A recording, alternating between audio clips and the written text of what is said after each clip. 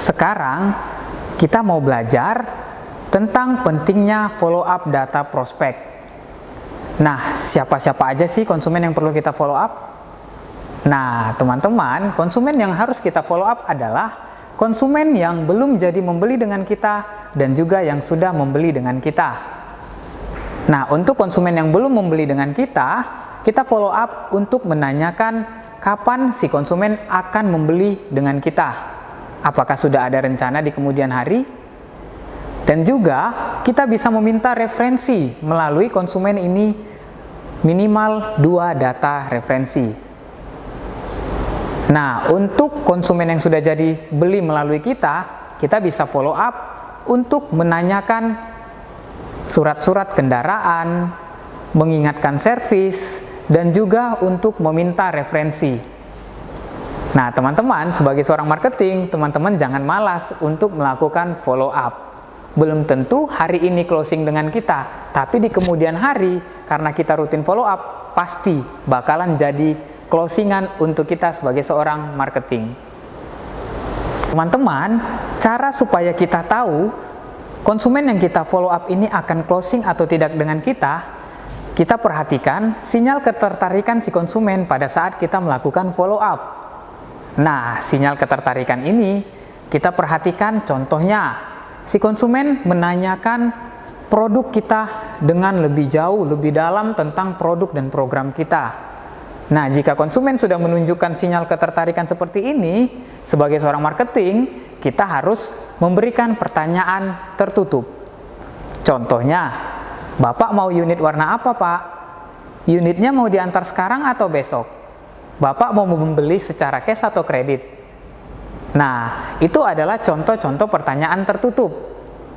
Jadi teman-teman, setelah teman-teman mengikuti training melalui video training ini, teman-teman harus bisa menerapkan untuk melihat sinyal ketertarikan dari konsumen pada saat melakukan follow up. Teman-teman, dalam melakukan follow up, kita nggak boleh asal follow up. Kenapa? Ada 3 hal yang harus kita perhatikan. Yang pertama adalah waktu. Nah, kita harus tahu kapan waktu yang tepat untuk melakukan follow up. Ada baiknya kita menyesuaikan dengan waktu konsumen yang akan kita follow up. Jadi, jangan memfollow up di waktu yang sibuk. Contohnya di jam kerja atau di jam konsumen sedang beribadah. Nah, teman-teman, durasi follow up juga harus kita perhatikan. Kalau contohnya teman-teman sudah follow up di hari ini, teman-teman harus bisa tentukan tanggal follow up berikutnya.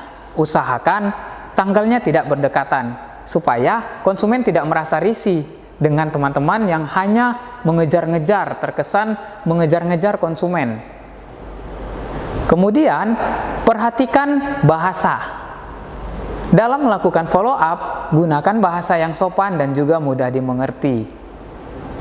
Selanjutnya, tetap pastikan teman-teman beretika yang positif dalam memfollow up konsumen. Supaya apa? Supaya kita sebagai marketing tetap terkesan profesional dan tidak membuat jelek nama perusahaan, terutama diri kita sendiri. Teman-teman, tadi kita sudah input data prospek kita di aplikasi Dipak Mobile. Sekarang kita akan belajar cara follow up data prospek yang sudah kita input di aplikasi Dipak Mobile.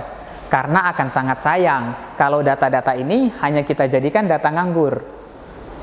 Teman-teman sudah pada tahu belum cara follow up melalui aplikasi Dipak Mobile bagaimana?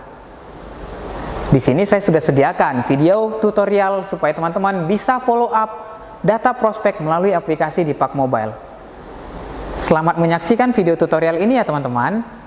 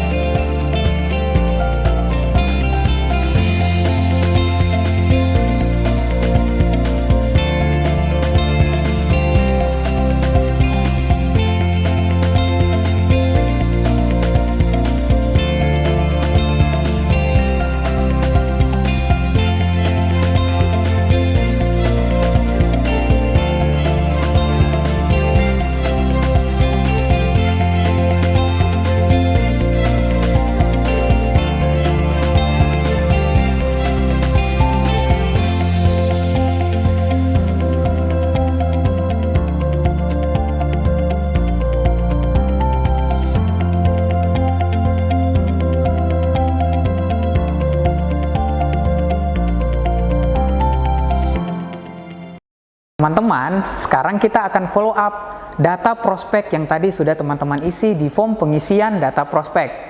Sekarang keluarkan lagi form pengisian data prospeknya. Melalui video training ini, teman-teman juga saksikan video tutorial mengisi cara follow up data prospek yang tadi sudah teman-teman kerjakan. Silahkan teman-teman saksikan terlebih dahulu video tutorialnya, kemudian teman-teman isi di kertas yang sudah teman-teman isi tadi sebelumnya.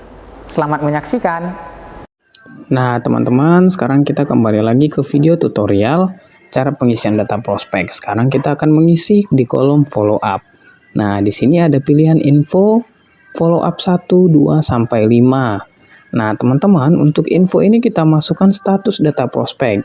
Teman-teman sebelumnya sudah tahu kan melalui video training tadi, ada 3 jenis status data prospek. Ada warm, hot, dan juga cold. Nah, di sini prospekan saya Johannes ini saya akan isi warm ataupun segera, kemudian saya isi tanggal saya melakukan follow up di tanggal 7 Maret untuk follow up pertama hingga 8 April untuk follow up ketiga. Begitupun seterusnya untuk semua data prospek saya. Nah, di sini sepupu saya, Adi, saya akan isi statusnya itu hot ataupun siap. Nah, karena dia statusnya hot dan siap, saya hanya melakukan 1 kali follow up, langsung deal dan juga closing. Nah, teman-teman, dalam pengisian kolom follow up ini, teman-teman harus pahami dulu status data prospek teman-teman. Nah, kemudian teman-teman lakukan follow up. Kenapa kita perlu melakukan follow up? Karena akan sangat sayang sekali kalau data prospek yang kita dapat tidak kita follow up, bahkan tidak mampu kita jadikan STU. Jadi, mulai sekarang biasakan untuk follow up data prospek ya teman-teman. Nah, teman-teman, selamat mengerjakan, selamat melanjutkan untuk mengisi data prospekannya. Sampai ketemu. Gimana teman-teman? Apakah sudah di follow up? Nah, kalau teman-teman sudah follow up, teman-teman isi tanggal berapa teman-teman melakukan follow up. Begitu seterusnya hingga nanti data-data tersebut bisa menjadi closingan untuk teman-teman. Teman-teman, tadi kita sudah belajar tentang bagaimana dan kapan waktu yang tepat untuk memfollow up data prospek. Nah, dalam memfollow up data prospek pastinya kita harus menjelaskan tentang produk Yamaha dong. Nah, teman-teman, dalam berkomunikasi dengan konsumen, kita harus menjelaskan tentang keunggulan produk.